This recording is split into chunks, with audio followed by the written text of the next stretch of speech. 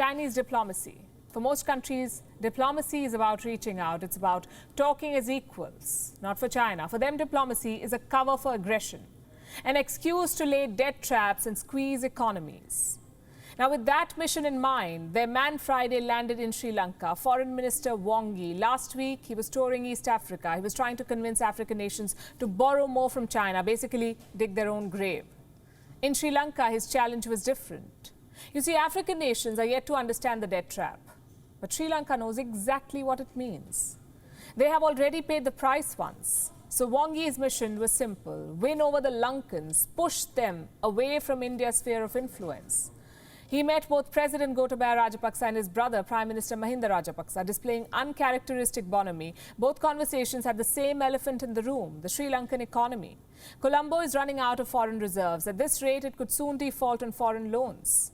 So the president had two major demands from China. One, to restructure the debt. Beijing accounts for nearly 10% of Sri Lanka's foreign debt. That's around $35 billion. President Gotabaya Rajapaksa wants to restructure these loans. Basically, he wants some breathing space until he can pay back. Demand number two, a concessional trade scheme. Sri Lanka doesn't have money to buy goods from China, but those goods are vital to the livelihood of Sri Lankans. We're talking about appliances, plastic, clothes. So President Gotabaya Rajapaksa wants to keep this import tap open, but he wants to do it cheaply. How did China respond to these demands? Well, they haven't made any promises, but Wang Yi's intentions were clear. He's not in Colombo to rescue Sri Lanka, you see. He's in Colombo to conquer it. Even during the bilaterals, power equations were on his mind. Listen to this. We open the door of friendship and exchange with each other. This demonstrates our two countries' strong character in defying power politics. That is the strong character of our nations. We have also defied the constraints of the Cold War or the line of ideologies. Sri Lanka knows these games. They fell for it once and lost the Hambantota port, so they are desperately trying to avoid a repeat.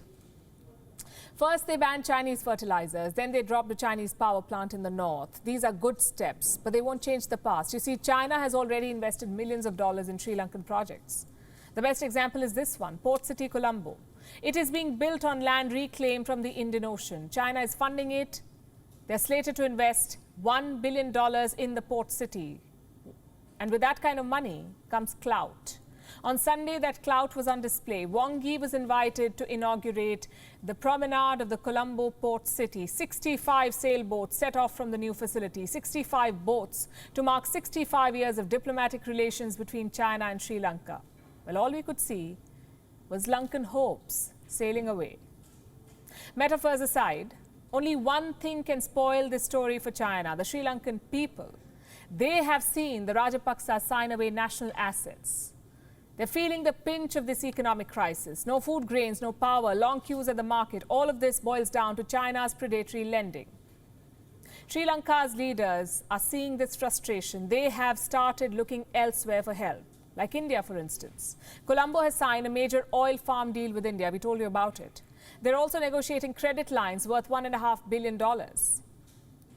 China also sees this, and they're not happy with what they see, which is why Beijing is trying a bottom-to-top approach now. Instead of buying out leaders, or buying out leaders only, they're reaching out to the people.